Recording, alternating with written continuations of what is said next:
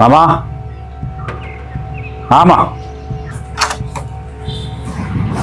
എന്താ എന്താ ചുറ്റിക്കൊന്ന് വേണമായിരുന്നു.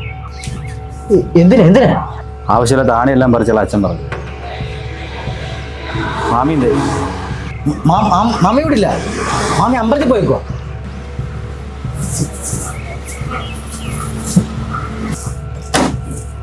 കാണേണ്ട ഒരു അത്യാവശ്യം ഉണ്ടായിരുന്നു.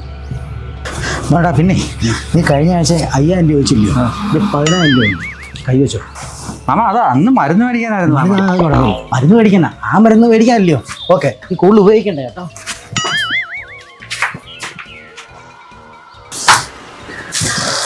എടാ ചുറ്റില്ലേ ആ പുറത്തെ എരുത്തില്ലാത്തുണ്ട്, അപ്പോൾ എടുത്തോണ്ട് പോയിക്കോ.